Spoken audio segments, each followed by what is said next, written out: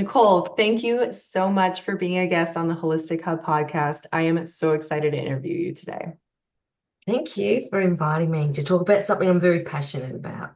Oh, I cannot wait to dive into this topic today. But before we do, I always love to just ask each of my guests, what got you so passionate and started in working, building biology and environmental health? Well, it was two things. Firstly, I noticed a really strong correlation between many of my patients with asthma, allergies, and chronic fatigue syndrome and hazards in their home.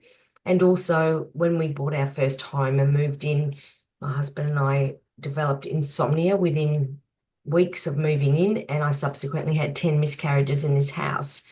So I started to look at how the home could impact human health. Noticed we were sleeping near the meter panel. We were living on a T intersection, so there was significant traffic during peak hour, which would increase noxious gases in our master bedroom, which was closest to the road, such as carbon monoxide. We also had Parks Victoria regularly spraying glyphosate around our perimeter because we were on the Yarra River. So we're on this beautiful half an acre block on the river. And I also got a dowser involved because we had a European wasp nest on the property right near the master bedroom. And he said there's significant geopathic stress running under the bed. So I decided to relocate to a different bedroom and had twins naturally, and the rest is history. Oh Mm. my gosh. Wow. Wow. It's always so amazing hearing people's stories and what got them started. And it always ends up being something involving some personal incident that got them super passionate about what they end up doing. Yes. Yeah. Absolutely, university. And it's the driving force to keep going. So I then embarked on years of research off my own back, initially to determine why I miscarried. No one in the medical profession was able to identify why I was miscarrying. So I literally went, that's my mission. If I can't have kids, I want to know why. So, Exactly. talking to the neighbour, and she's saying that no one successfully had kids in the house, despite the fact it was 60 years old. It was very, I literally ran around the house and went, what's going on with this property that everything's gone pear-shaped? And then I looked at the US EPA's data on indoor air quality and going, why didn't I learn any of this as a naturopath or acupuncturist? And then realized there's a large volume of data on air quality. There's quite a bit on electromagnetic fields. Now there's a lot more on mold. And then I published the book in 2012. It's on the third edition, and started the college in 1999, which provides nationally accredited training in mold testing, electromagnetic field testing, and building biology. Can you explain to the listeners exactly what is entailed for someone who works in the field of building biology? Sure. So, building biology assesses the health hazards in the built environment, especially in residential homes. So, we look at how the house could make someone sick. We look at everything from environmental chemicals, flame retardants, paint, sealants, glues. We look at things and personal care products and cleaning products. We also look at things like electromagnetic fields, so Wi-Fi enabled technology, radiation, sleep disturbances, and other symptoms associated with electromagnetic hypersensitivity. We look at allergens, dust mite, mold is probably the most demand for our services is testing water damaged buildings. So identifying the sources of mold, quantifying during lab testing and surface samples to see is there high levels of fungal particulate in the home that could be contributing to their asthma, allergies, or fatiguing syndromes. Drinking water quality we also look at, and also give advice on how to create and build healthy homes. That's amazing. So, since the topic is centered around electromagnetic fields, I'd love for you to maybe like define what these are and also like what's the difference between electromagnetic fields and then just electric fields? Yes, so that's a good question. Electromagnetic, there's different definitions. Electromagnetic radiation normally implies ionizing radiation higher up on the electromagnetic spectrum, um, such as X-rays, gamma rays, etc. With regards to electromagnetic fields, we're really looking, there's different frequencies. So at the one end of the scale, we have what's called extra low frequencies. And in the built environment, that would mainly be the power coming into your home, 60 hertz in the US, which is traveling along the building wiring. When you connect appliances to the power points, basically you're exposed to an electric and a magnetic field. So the electric field is created from voltage, which is electricity under pressure. It creates an electric field, normally comes out about a meter, 1.2 meters. From a 240 volt source, for example, and that generally shouldn't be causing adverse health effects unless you're electrically sensitive. What we've found was, of course, we've had electrification for over 200 years. Its impact on health has been minimal. However, now that we're introducing lots of smart devices and inverters through solar, it's creating a lot of dirty power, and that's Mhm. riding on the electric field. So more and more people appear to become electrically sensitive to the electric field, which we hadn't seen before because of the introduction of a lot of smart appliances and inverters from solar panels that are creating dirty power, which is high frequency spikes in that's going from 60 hertz right up until 30 gigahertz, etc., in the radio frequency range. So people who are electrically sensitive will tend to find they're sleeping, putting their beds in the middle of the room, going, I don't know why, but it's the only place I can sleep.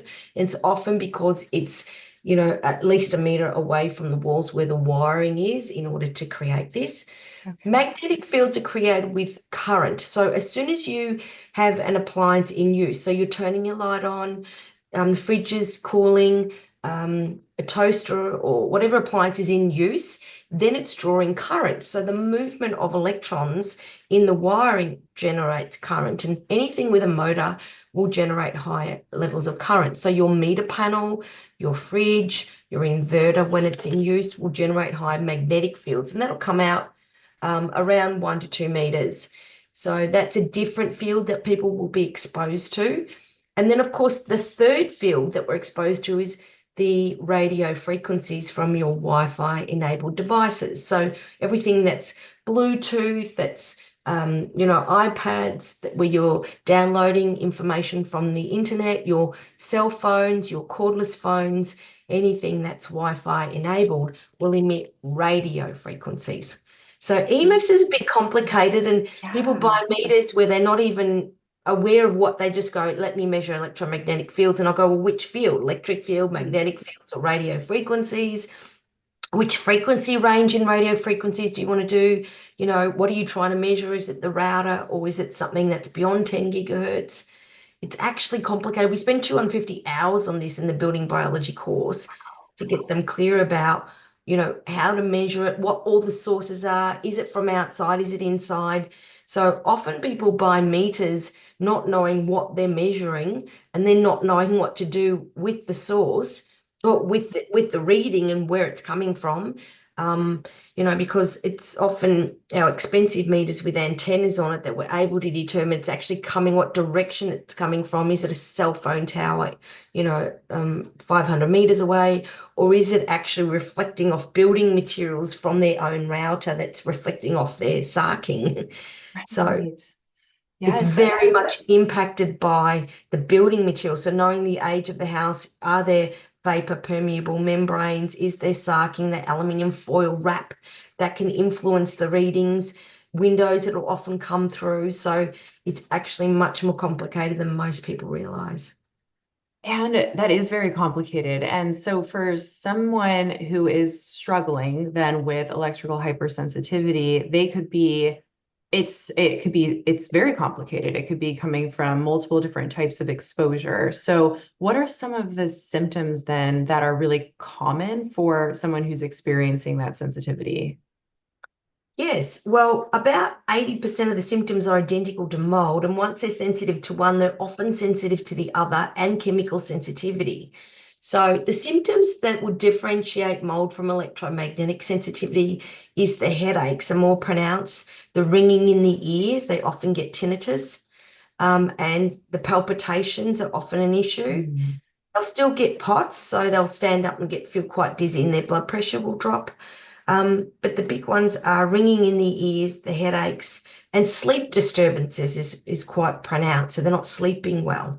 Now, almost every client I've seen with electromagnetic sensitivity will start in a water damaged building. So it's like mold really increases their sensitivity to man-made electromagnetic fields. So to me, you can't separate them. You have to identify mold. And unfortunately with mold is you don't have to see or smell it for it to be a catastrophe in your house. Yes. Okay, that's very interesting to hear. So Dr. Dietrich Kleinhardt did a study that showed that EMFs can cause mold to produce more mycotoxins. Am I saying that correct? Yes, I mean, Okay. I there's not a lot of data in the database to indicate that. There's no doubt EMFs do influence microorganism growth Yeah. in rodent studies, etc. That's been quite well established. Um, and I think the main reason is because it accelerates oxidative stress in the body at a cellular level, causes mitochondrial dysfunction, which is the powerhouse of the cell. It acts on voltage-gated calcium channels in the central nervous system, the Mhm. heart, the testes, but it also enhances the permeability of the blood-brain barrier. So if you have mold and chemicals in your body, and we all know each generation is more and more toxic, then it's like having free access into the central nervous system. We know EMFs potentiate chemicals and they can potentiate microorganisms. And the mechanism of action appears to be that when you stress the cell and cause high levels of oxidative stress, you overwhelm the antioxidant pathways, which means that any other hazard like mold can cause far more damage. Um, and this is quite well established in the research. That was going to be my next question too. Was actually two questions was how do they affect the body and then what have we found in the research? But it's amazing because it's just showing that once you create and that tends to be a lot of the cases that I see with a lot of my own patients is something that just created a situation where the body just became more vulnerable then to its environment essentially. So what are some of the greatest sources of exposure then to, I know that you were just describing there's electric fields, electromagnetic frequencies, and there's all different things, but what are some of like the biggest exposures that you typically see, I guess, like in your clients that can be triggering a lot of their sensitivity reactions? Definitely they're Wi-Fi enabled devices. And generally, there's something called the inverse square law, which is as you double your distance away from the source, you reduce your exposure by 75%. So people call us in to do testing because they're concerned about their smart meter, they're concerned about the mobile phone base station. But the reality is the greatest exposures are the ones closest to you. So the best place to start in testing is the cell phone. Because it's literally next to a vital organ. And it's really important to get the client to take a digital diary to go, how much time am I spending on a cell phone? How much time am I spending on a computer, on an iPad? And literally work your way out from the closest sources to the sources further away from you. So making sure with their cell phone that it's not next to their brain, that it's not carried on their person, it's at least in a handbag or something like that, and that they're using a earpiece or they're texting or putting it on a table when they're speaking on loudspeaker is always better. Very important. Even though the data says the latency periods are about 5 to 10 years, at least 10 years, half an hour a day for 10 years doubles the risk of brain tumors, glioma, and acoustic neuromas. So the latency periods are long, like tobacco smoke and like, asbestos. The latency periods are long for these types of brain tumors, but they definitely have increased in the UK and Australia and many countries, especially in people over the age of 60. So it's important to keep it at a distance. Routers, boosters, extenders, cordless phones, massive radiation, and baby monitors, very high level of radiation that come from these devices because things like these devices are designed to permeate your entire home and your neighbor's home often so that you don't complain that they're not working. So you can get internet connectivity. If you're at the back of the house, your router's at the front of the house, it's beaming at its highest level, so you can still get internet connectivity. But that comes at a cost. So to me, the most important thing a client can do to reduce their exposure is firstly change their behavior around their cell phone, but secondly, hardwire their home so they don't have Wi-Fi enabled devices because extenders, boosters, routers, cell phones, and cordless phones will emit the highest levels of radiation. Was electrical hypersensitivity, was it originally called microwave sensitivity Yes. or okay, so Syndrome. oh, syndrome, Microwave. thank you. Okay, Mm. so when it comes to microwave use, I get this question all the time, like what is our exposure? How detrimental is that for us to be using, or is there like a distance that we should be like standing away from it when it's in use, or yeah, things like that. So microwave syndrome was first coined in radar workers with electromagnetic sensitivity. So military workers, basically World War One, World War Two, was in particular, and have these symptoms. Even Tesla had symptoms of what we now refer to as electromagnetic sensitivity. So it was called the microwave syndrome. Now it's EHS.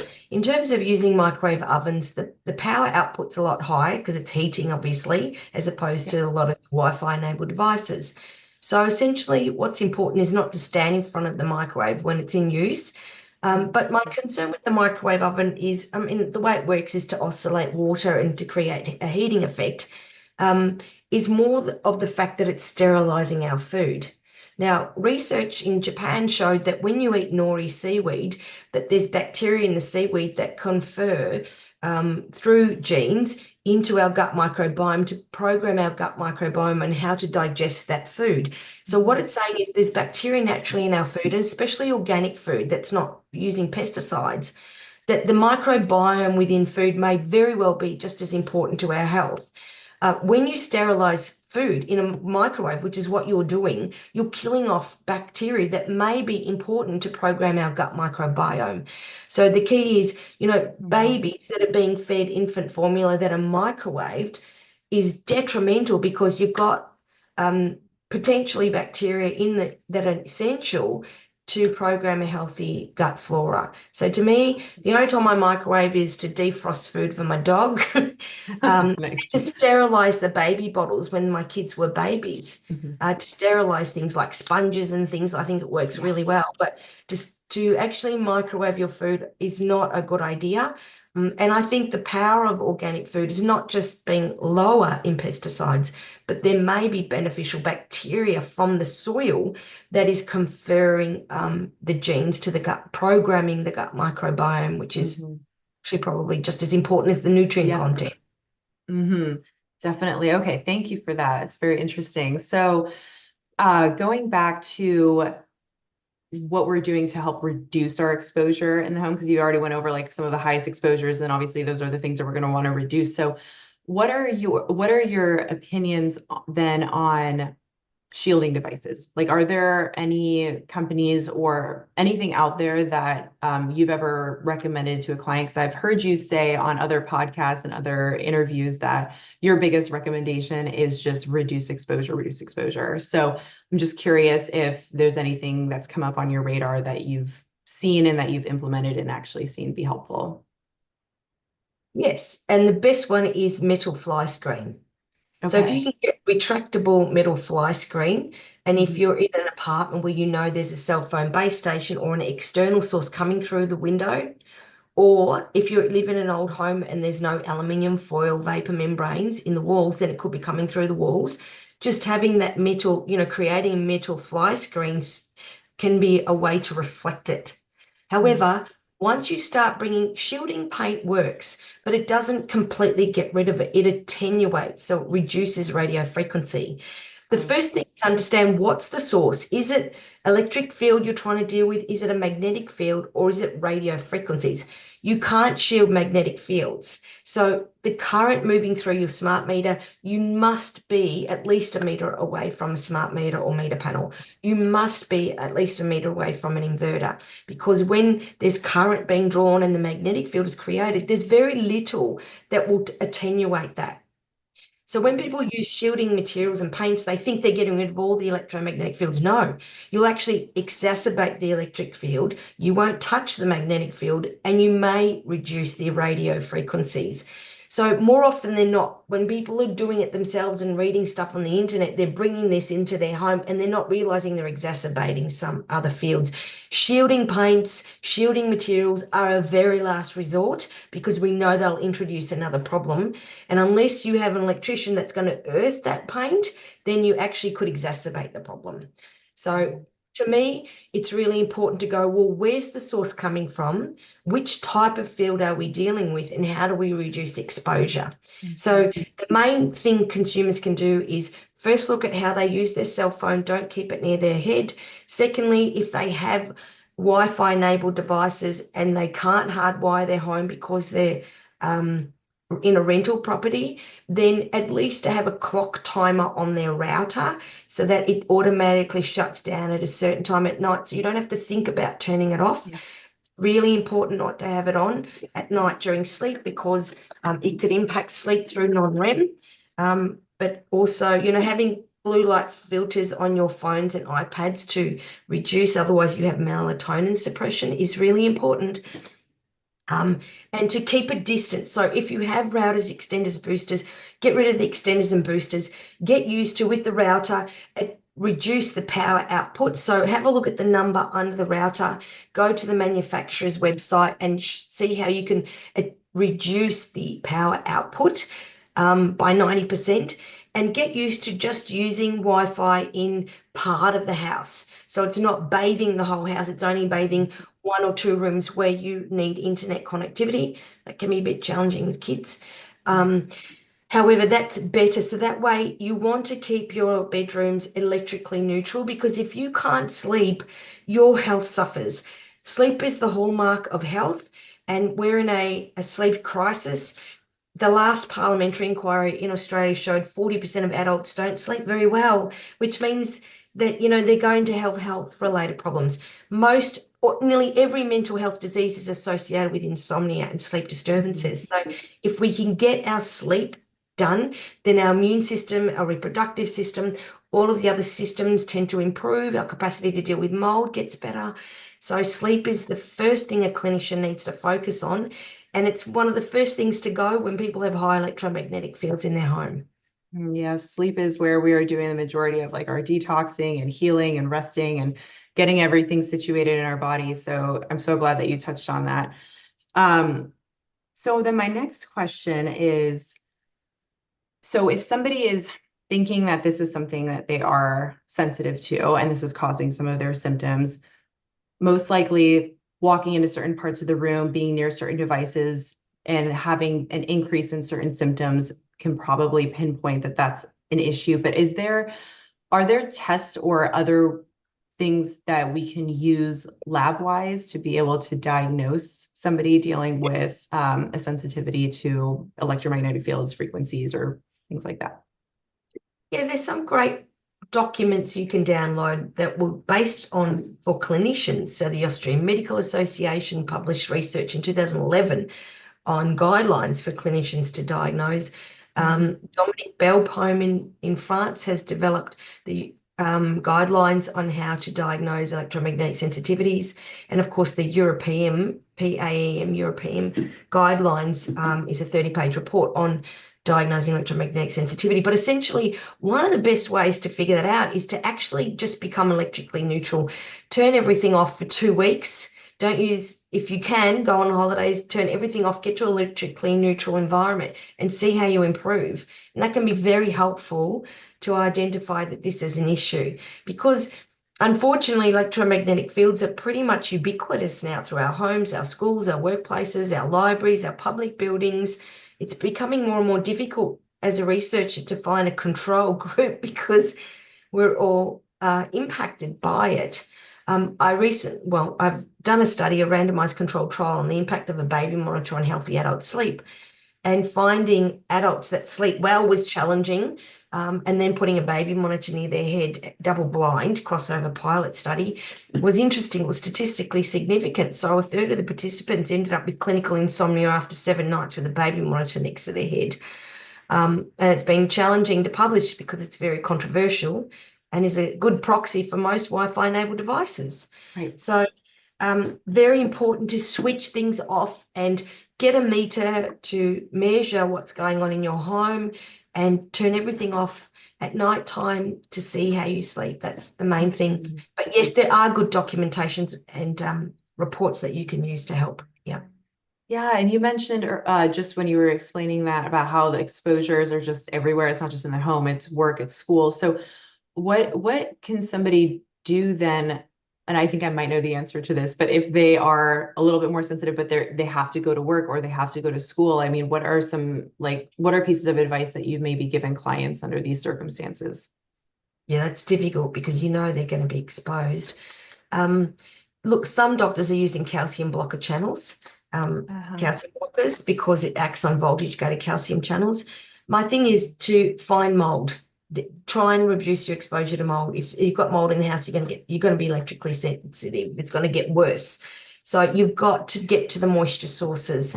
You've got to try and reduce your exposure to dampness as much as possible. You need to have a diet that's as good as possible. You need to reduce grains because of often mycotoxins. I mean, it's a whole system approach. What we've discovered with these environmental sensitivities, it's that it's not just one simple thing like wearing a shielded cap and suddenly you don't have EMF exposures. Doesn't work like that. You have to look at your lifestyle, you have to look at your diet, you need to reduce the exposures as much as possible, especially in the home, because if you can get your home right, it gives you capacity to recover so that you can go to environments where you know you're Mhm. going to be exposed to elevated levels. Yes, I actually had read somewhere how garlic is actually great at calcium blocking, at supporting with that piece that you were mentioning that doctors will use and to treat EHS. Is that true, or have you heard about that or seen it successful? I'm just wondering. Yeah, yeah, yeah. So interesting. So if someone is thinking that this is an issue for them and with their symptoms, like what is like, I know you've kind of already mentioned some steps, like should they probably consult with a building biologist then? Because you mentioned like it is like a conundrum of a bunch of different sources, a bunch of different types of frequencies that can be occurring. So is that kind of because otherwise you can get a headache thinking about all the things of where the exposures can be coming from. So what are some of the next steps somebody can utilize? Yes, so a building biologist is definitely helpful. I mean, you're based in the US, aren't you?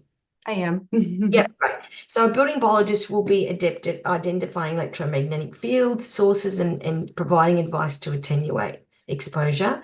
An IEP in the US will help in terms of identify potential mold and be able to provide recommendations to reduce that. Um, Definitely the main thing is to really look, just do a visual inspection around your home to identify these potential sources. Where is the router, the extender? Where is the inverter? Where is the meter panel, smart meter? Can we create a distance from our bed? Have a look at the other side of the bed and see if there's any smart devices or any of these devices I've mentioned and turn them off or relocate them. As I said, distance is the key in order to address that. As I said, one of the most useful things is for people who are really environmentally sensitive to go camping into an electrically neutral environment for 2 weeks and see if they improve. That can Mhm. often be a clincher, sometimes in their backyard, Yeah. away from these sources. Providing the tent isn't full of mold, which often they are when you pack them up when they're wet. Um, or hotels, a lot of the split systems and air conditioners are already contaminated, so they're not ideal either. But that's the key to these environmental sensitivities. Look at the timing of exposure. When did your health start to decline? What was going on in your life at the time? Were you experiencing significant trauma? Because we know that can certainly increase susceptibility. Did you move into the home at that time? Did you do a bathroom reno where you could have inadvertently spread high levels of fungal structures into the built environment from cross-contamination? So the timing of when you started to get sick becomes really clear as to what the potential sources are. So with EHS, then do you typically see that mold is like that was like kind of like the first step, and then that created the sensitivity, or has there ever been cases where you've just seen that somebody mold actually wasn't even a part of the picture, and then someone just became sensitive due to maybe living near a tower or just high level of exposure? At least 90% of people with electromagnetic sensitivity, they've been in water damage environments. That's how Okay. common water damage Yeah. environments are. It strips myelin. It Yep. impacts the central nervous system. It's so common. And most of them didn't know until I went into the history and went, okay, have you had any water damage, etc.? Did you see any visible mold? Have you actually? And then, a lot of them are in quite damp environments. So I think dampness definitely accelerates sensitivity. But of course, in military workers, it's quite well established in radar workers, even police using radar, etc., who are often developing these electromagnetic sensitivities. So in those cases, in occupations, I've seen electricians who've become electrically sensitive, who are, well, ironically, they're getting into Constantly roof and crawl spaces, so they're probably oh, exposed to that's mold true. at the same time. Okay, okay. That's so interesting. And are there standards in place for these exposure limits at all, right now in any parts of the world or countries for EMFs? Yes, standards exist in Australia. FCC, of course, have their own standards, but they're not precautionary based standards. They're done in compromise with industry. Generally, the US and Australia follow the ICNIRP, the International Commission for Non-Ionizing Radiation Protection Standards, which are not health-based standards. And they're actually standards that only exist for 6-minute exposures, which is utterly ridiculous. They're not standards that exist for long-term exposure to lower levels. So essentially, there are no standards for the general public for the type of radiation that we're exposed to long-term from our Wi-Fi enabled devices. So you need to look at things like IGNO, the International Guidelines for Non-Ionizing Radiation, that was developed by over 30 researchers and doctors on precautionary limits. And essentially, they have it for night exposure, day exposure, and for people with sensitivities. And it's millions of times lower than the current FCC or the Australian PANSA standards. Yeah.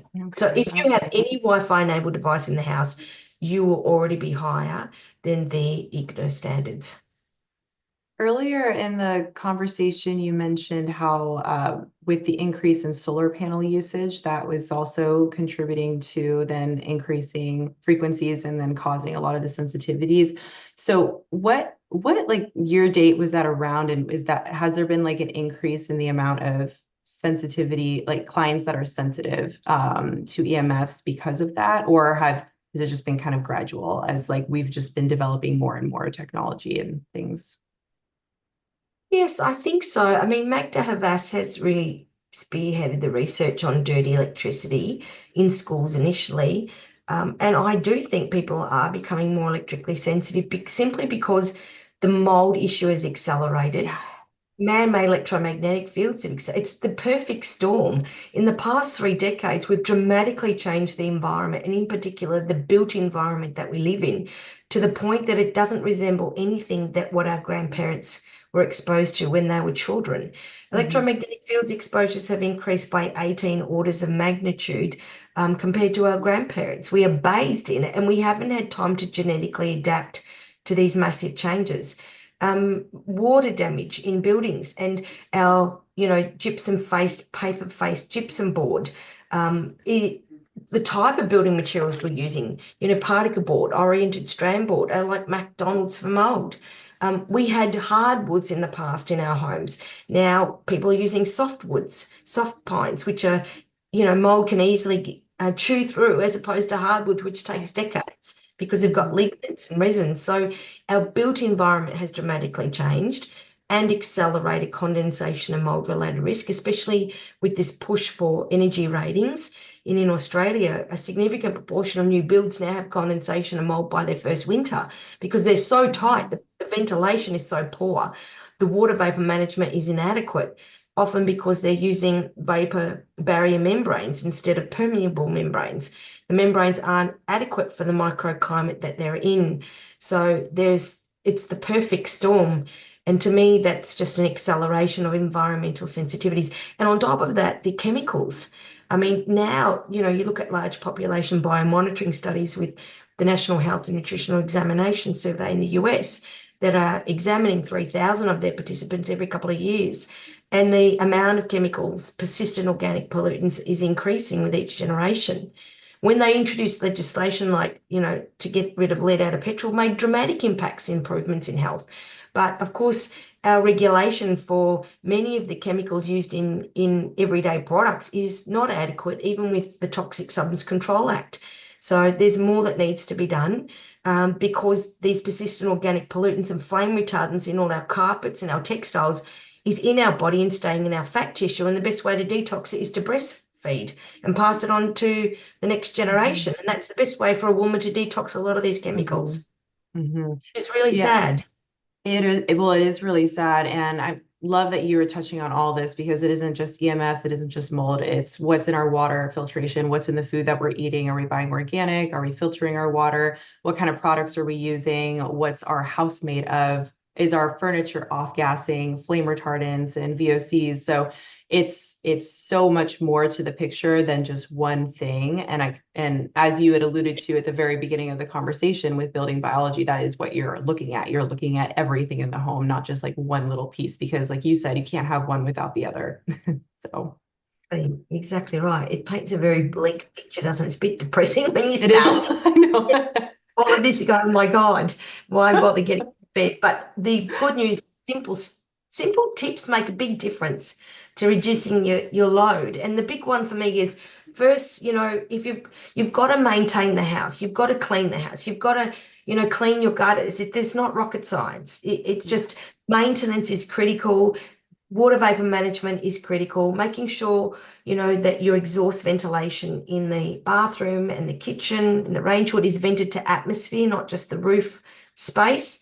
Um, if you live in a humid environment, you need to dehumidify. Yeah. So you need to clean those split systems and reduce the humidity and try and get it to below 60% if you Mhm. can.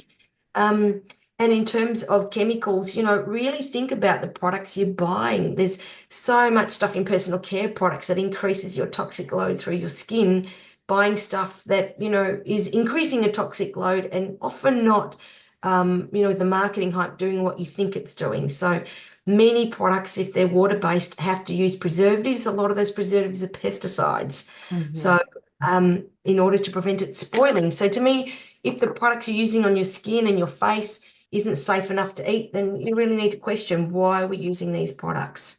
Yeah, definitely. Thank you for bringing all that up because again, it really does go far beyond the talk of EMFs. It's about other things and things that we can really start making changes with today, like easy swaps and easy things that you were just mentioning. So thanks for mentioning that. I would love to leave it with if there's anything else that you wanted to mention for the listeners, as well as where people can find you and learn more about what it is you're up to. Sure. There's more resources on my website, buildingbiology.com.au, videos and course materials. There's also my ebook, which is 20 Australian dollars for the Healthy Home, Healthy Family, which you can purchase through my website. And also, we're creating a healthy home course that we're launching next year in the US. So, to create healthy home advisors, which is very exciting. So, watch that space. So, a 12-week course to become a healthy home advisor to help people learn about all these things and the simple steps on how to create a healthy home. Oh, wow. That's amazing, Nicole. Thank you for sharing that. Thank you for all that you're doing and for coming on the podcast today. I really enjoyed chatting with you, and I know this is going to be an exceptional podcast for everyone to listen to. Thanks so much, Stephanie.